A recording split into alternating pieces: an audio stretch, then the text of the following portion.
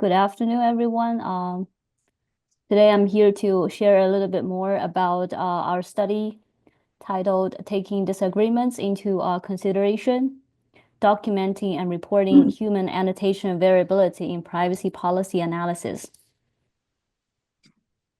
This work was in collaboration with Dr. Masuda Bashir, Dr. Catherine Blake, and Dr. Tian Wang from UIUC.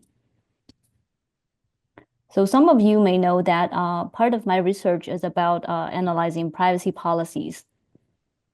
Privacy policies are these very long and hard to understand legal documents that none of us read. And there was actually a research that estimated that if an individual were to really read these documents, it would take over 200 hours every year.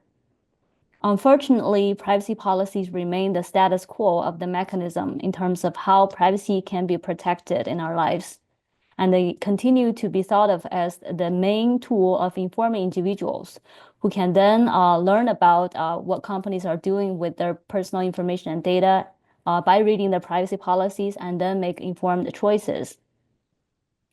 So given the unsatisfactory status of privacy policies from a user's perspective, the privacy research community has been working to leverage various techniques from AI and natural language processing in particular to make these policies more readable, understandable, and usable to everyday users. One of the streams of work is to use machine learning to extract key information from a long policy document and potentially summarize it in a few labels or phrases so that users can gather enough information just by looking at those key labels quickly rather than having to read into the long policy documents. So think of these labels as almost like the nutrition labels you see nowadays on the back of food packages. So in order to successfully extract and generate these labels, due to the complexity and nature of policy language, supervised machine learning models remain an effective tool for analyzing these policies. By supervised, it basically means that these machine learning models need to take human inputs first.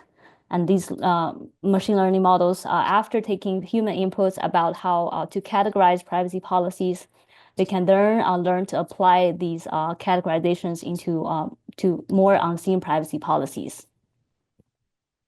So the way human inputs are created typically is that during a research, we'll try to recruit several people, ideally with some professional background in privacy policies, and then ask them to manually go through a few privacy policy documents, and then use these human annotations as the golden rule to train machine learning algorithms.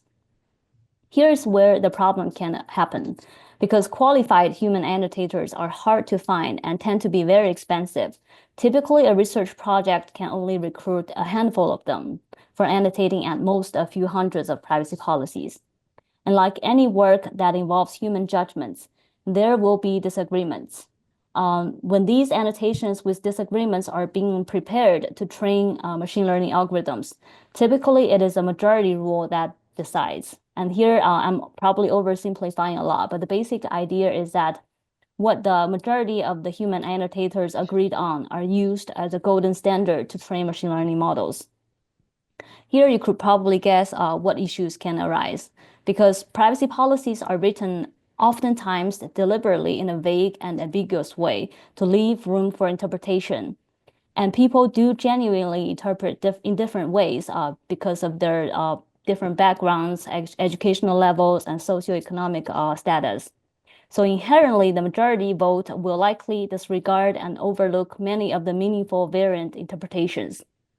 And we need to understand better how to incorporate human annotators' disagreements into analyzing privacy policies.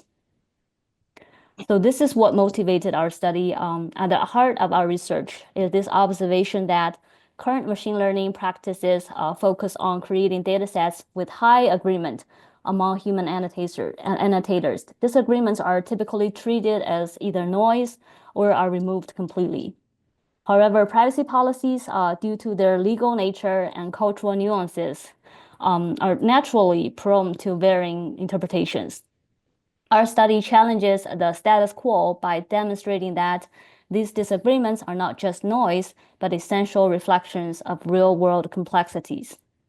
To explore this, we analyzed an existing privacy policy corpus that introduced alternative ways to capture and report human disagreements. Instead of relying solely on consensus methods like majority voting, we documented different levels of agreement. Our results showed that these variations significantly impact the performance of machine learning models.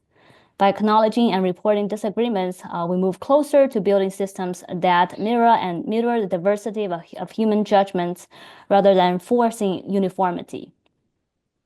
So implications of this study. This work has profound meaning for both academia and industry, I would say. First, it highlights the limitations of traditional machine learning metrics that prioritizes consensus over complexity. By proposing new approaches to document and incorporate disagreements, this work lays the foundation for more transparent, trustworthy, and user-centric AI models in the domain of privacy. And for policymakers, this study provides evidence that automated tools analyzing privacy policies may oversimplify or misinterpret critical nuances. Regulators, such as the Federal Trade Commission, could leverage these findings to establish guidelines for developing AI systems that respect the diversity of legal interpretations.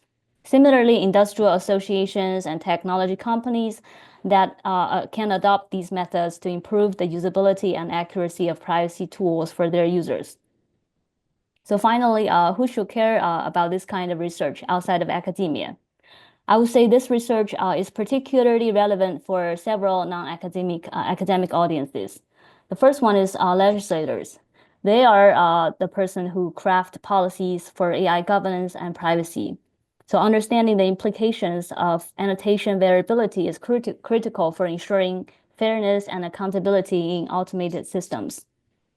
Next, regulators. Agencies overseeing privacy compliance can use these insights to better evaluate AI tools used by companies. And third, technology companies. Firms developing privacy tools can incorporate these approaches to build systems that better reflect human judgments.